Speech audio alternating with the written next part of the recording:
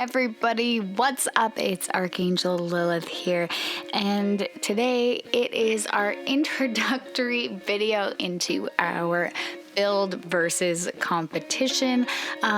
May have ripped off the idea from LD, Shadow Lady, and Smallish Beans, but it's purely because we loved their competitions so much that we wanted to do, well, I wanted to do one of my own with a little bit of a twist to it.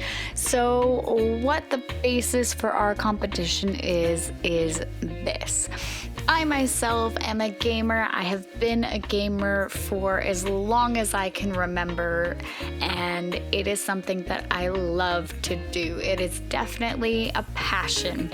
And I have been playing Minecraft on and off since it came out. So I kind of get the gist. I did all of those newbie builds and everything else. And I may or may not have improved in that time, but I decided that I wanted to challenge my girlfriend. Now, my girlfriend is a fantasy concept artist, and she only started playing Minecraft about 4 or 5 months ago. She'd seen me play it, she'd seen other friends play it, and she hadn't actually picked it up and done anything with it until a few months ago. So I had this idea that I would set up a challenge where we would put out whatever the rules were for that day and just go for it, see what we could come up with. So that is this series. Now, basically the rules for the build period is we switch off choosing an area, and then we can choose either a specific theme, a specific build, or we can just let it go as a free-for-all. So this first build is a complete and total free-for-all. I wanted extreme hills for it, but unfortunately in Xbox One Bedrock Edition, you don't get really extreme hills. So we made do with what we had. This one I actually do really adore, but it was kind of the first kickoff into our series and really doing serious builds. So I'm really excited to show you guys what we actually came up with. So this first area, absolutely, there was a certain defined space that we had to build in, but you could do whatever you wanted. You could do whatever you wanted to fill the space, and that would be your build. No time limit, because I didn't want to put that pressure out there. So it was just until you felt like it was done and completed. So let's get into it. We're gonna start off with my girlfriend's build. She goes by Arista6, and yeah, so her build honestly is beautiful. I'm already jealous, and we're not that far into this competition. So she was given this area and allowed to do whatever she wanted with it. And basically, she turned it into this beautiful fantasy roadway, pathway. I don't even know. It's still very run down, but also still used as evident by the fire and the bed set up in there. But it also has those little tiny features to it and super tons of detail, which if you look at her art, she's really good at doing as well.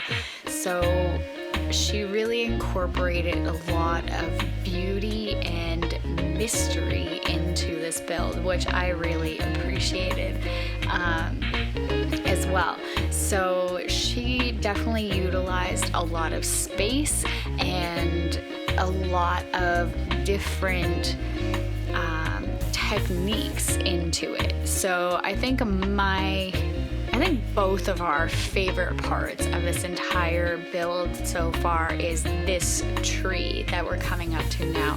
So she took a chance to use the highest part of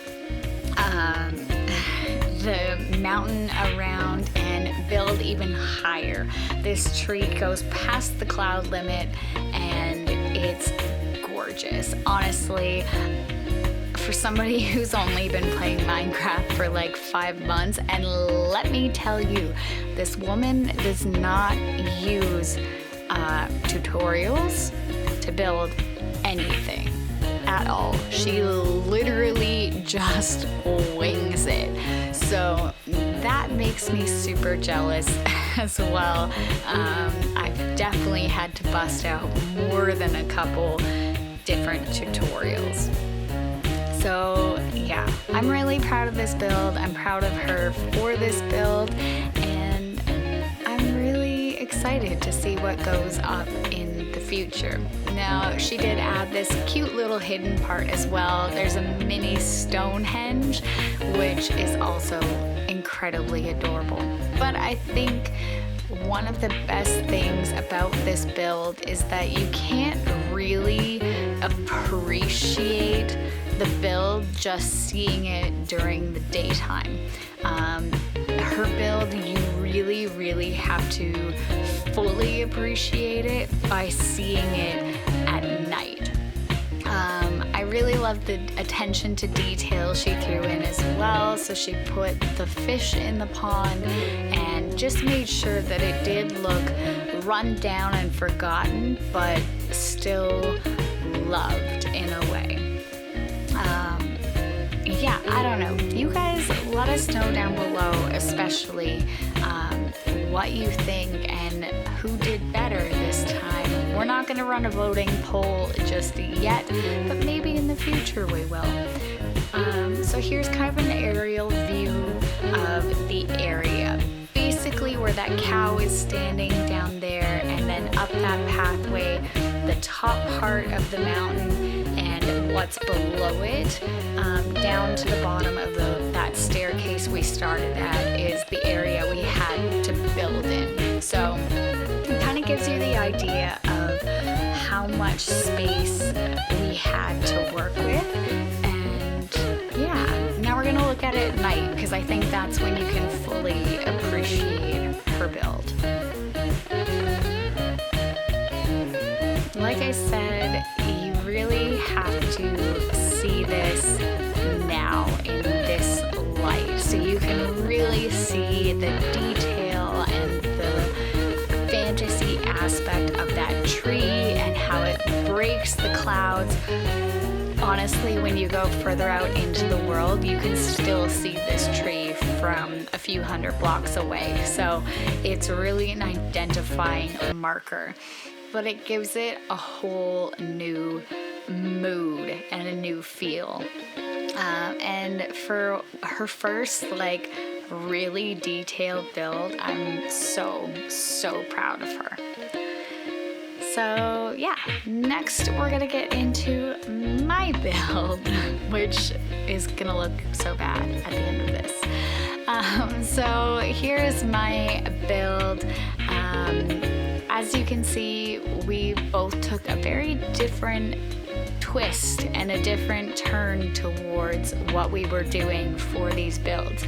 So we both utilized the one side of the area and made it very grassy and overgrown. I added some extra trees. I didn't, however, use the mountain around it, but I used inside. I extended some of the water features out on both sides of the house as well. So I kind of made it more cottagey, homey vibe, I guess. Mine is really quick. We're gonna go through this one really fast because I really suck at putting in detail. So this was my first build coming in. I had a lot of space in this house, and what I really wanted was something that was like a manor and grand and really gothic. And I mean, not necessarily gothic, but the dragon head above the desk works. But just something that was grand and felt very open and large. So there was a lot of storage space, a lot of extra rooms, and that kind of thing. So there's definitely a good view from my little house wherever you can go. But I had different rooms set up for different purposes as well. So she went more of the outpost kind of stop along the way feel, and I went for my actual solid base right at the beginning. Again, lots of bedrooms, lots of space to kind of build and fill up.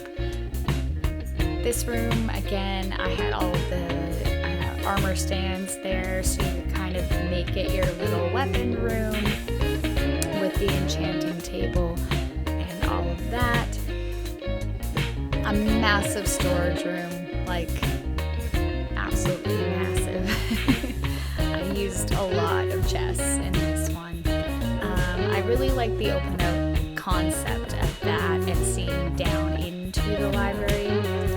But my definite pride and joy is this backyard area. So we're gonna go down the stairs and go back out that way and look at it.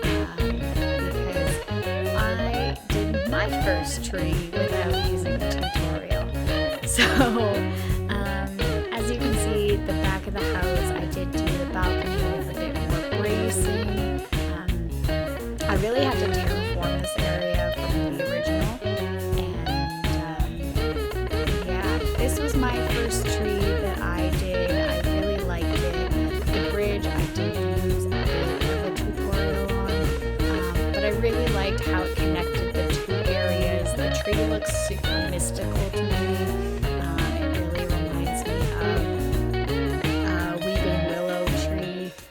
I threw up vines to cover this cave that was already pre-existing in the mountain, but I figured, hey, maybe it's an area that they go into and mine from or spend time in. So those are our two builds. Let me know down below in the comments section who you thought was better. I know what my answer is, and I think she beat me by a long shot. But I want to hear your guys' comments and let me know how I can improve, because I don't think she needs to. That being said, we will catch you guys on the next build.